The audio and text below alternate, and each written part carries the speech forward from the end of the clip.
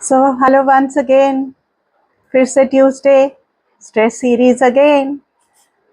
तो हम ये बातचीत जो किए जा रहे हैं वापस बार बार बार बार, अ, इसकी बहुत अहमियत ज़रूरत है।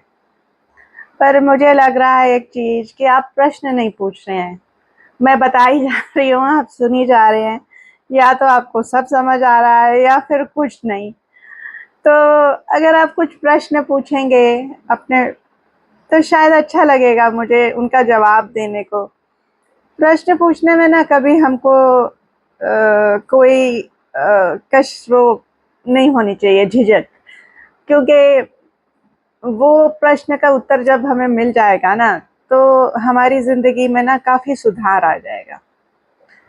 अब क्यों है इतना ज़रूरी मानसिक बीमारियों को हम अलग-अलग दिन पे लेके एक सीरीज बना देते हैं, जैसे कोई डे आ गया, पर हम इतना फोकस हम कर रहे हैं स्ट्रेस पे, किस लिए? शायद कईयों को अभी तक समझ आ गई होगी, क्योंकि चाहे मानसिक हो चाहे शारीरिक बीमारी हो, सबकी जड़ कहाँ से शुरू होती है? ये बीमारियाँ, ये सब बीमारियाँ तनाव से होती हैं। और स्ट्रेस जो है वो हमारी ज़िंदगी का हिस्सा है, ठीक है? तो तनाव से तो हम सब में है। प्रॉब्लम तब आती है जब ये तनाव से हम जूझ नहीं पाते, इसकी चपट में आ जाते हैं हम। तब चाहे हमें शारीरिक बीमारी हो, चाहे हमें मानसिक बीमारी हो, चाहे दोनों हो। आपने ऐसा देखा होगा कि कई लोगों को डिप्रेशन है, पर साथ में बीपी भी है, या डायबिटीज भी है, या हार्ट की प्रॉब्लम भी है, या पेट में जलन होती है, शायद अल्सर हो, या सांस की कोई प्रॉब्लम हो। तो स्ट्रेस में बीड़ी फूक फूक के अपने लंग्स खराब कर रहे हैं हम, है ना? हमारे ब्रोंकाइटिस हो जाती है, हमारी इम्यूनिटी तो स्ट्रेस से कम होती है, तो हमें बार बार इन्फेक्शन हो जाती है। तो अगर हम इस स्ट्रेस को मतलब के बारे सोचे ही ना, और फिजिकल बीमारियों के बारे सोचते रहे, तो क्या हमारी फिजिकल बीमारियां ठीक होंगी पूरी तरह? मानसिक को तो अगर हम साइड में ही रखते हैं, क्योंकि इतना भेदभाव है, मतलब अननेसेसरली मिथ्याओं पे जानकारी ना होने पे, और हमको ये जानकारी कैसे मिलेगी? हम जब जो भी इंसान इसके बारे जानता है, जो वो आपसे बातचीत करेगा, उसका लक्ष्य होगा आपको अवेयरनेस देने का, सही अवेयरनेस देने का। तो तब उस समय हमें समझ आएगा कि हाँ, ये तनाव ही तो है जो सब चीज़ों का जड़ है, प्रॉब्लम्स का। सारे आपके मेटाबॉलिक सिंड्रोम्स जो हो रहे हैं, थायराइड प्रॉब्लम्स, ओबेसिटी ना, मोटापे का भी एक एपिडेमिक चल रहा है। तो फिर अब इसका क्या क्या क्या काम किया जाए? मतलब अगर बीपी है तो सिर्फ दवाई दे दो, ऐसे तो नहीं होता ना। आपको डॉक्टर आपकी नमक कम करने को कहता है, आपको वॉकिंग करने को कहता है, आपको हाइपर टेंशन, तो कुछ ना कुछ स्ट्रेस मैनेजमेंट, अपनी टेंशन यानी स्ट्रेस को कम करने के लिए बोलता है। तो उसी तरह से हम मानसिक बीमारियों में भी कुछ दवाइयाँ हैं, और कुछ बिहेवियरल मेथड होते हैं, और कुछ थेरेपीज होती हैं, काउंसलिंग होती हैं। तो कभी हमें, जैसे अगर माइल्ड बीपी है, तो हम लाइफस्टाइल चेंज करके, वॉकिंग करके, नमक कम करके, तनाव कम करने की प्रति चीज़ों को स्ट्रेस मैनेजमेंट स्ट्रैटेजी सीख के हम थोड़ी देर तक बिना दवाइयों के चला सकते हैं। वैसे ही अगर माइल्ड डिप्रेशन है तो काउंसलिंग से वो हम कंट्रोल कर सकते हैं। पर अगर हम कोई भी तरफ की बीमारी को बढ़ने दें तो फिर दवाइयों की ज़रूरत है। अब यहाँ पे तो हमको कोई प्रॉब्लम नहीं होती ना, जहाँ पे शारीरिक बीमारियाँ आ जाती, हमें दवाई खाने की। मतलब बचपन से हमने देखा है कि भई बुखार के लिए हम अपने आप ही अब तो लोग ले लेते, चलो क्रोसिन ले लेते हैं, खांसी आई तो खांसी की दवाई, कुछ इन्फेक्शन हो गई थी एंटीबायोटिक्स। हालांकि बहुत गलत है, इससे रेजिस्टेंस आ रहा है, पर ये हम सब जानते हैं कि हम कर रहे हैं।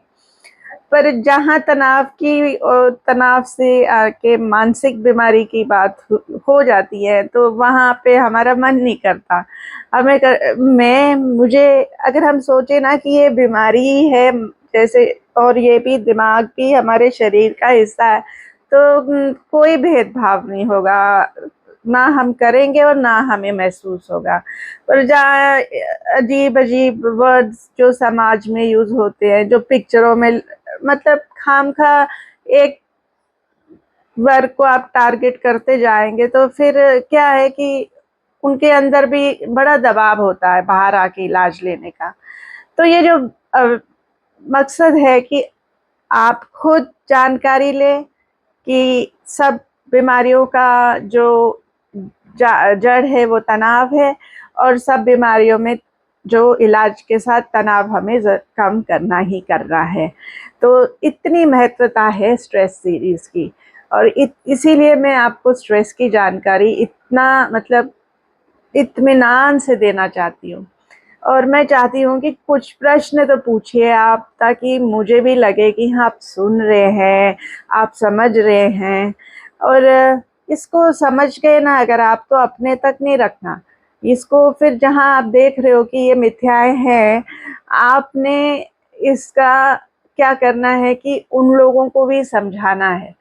क्योंकि जितने लोग जुड़ पाए वो तो अच्छा है, बहुत लोग ये कोशिश कर रहे हैं, पर फिर कहीं ना कहीं हमारी जवाबदारी, जिम्मेदारी भी तो आती है ना, कि हम इसको आगे नॉलेज को बढ़ाएं। चाहे आप बोल समझा सकें तो अच्छा है, नहीं तो आप और लोगों के साथ ये चैनल को शेयर करें। तो क्या होगा कि लोगों को भी आपके लिए ना एक इज्जत होगी कि अच्छा, ये इंसान है, मैं ना इसके पास जा सकता हूँ अपनी प्रॉब्लम सॉल्व करने के लिए। तो उससे आपका ना, आपको खुशी के साथ आपको एक सेल्फ इस्टीम, आपकी जो अंतरात्मा है ना, उसको उसको सुकून मिलेगा।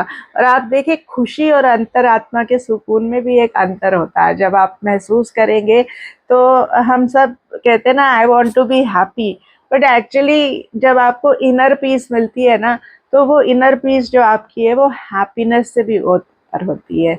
तो कहते हैं ना, लिव एंड लेट लिव, और लेट लिव के लिए भी हमें कार्य करना पड़ता है। ये कार्य क्या है कि हम लोगों को सिखाएं how to live. And why is it important?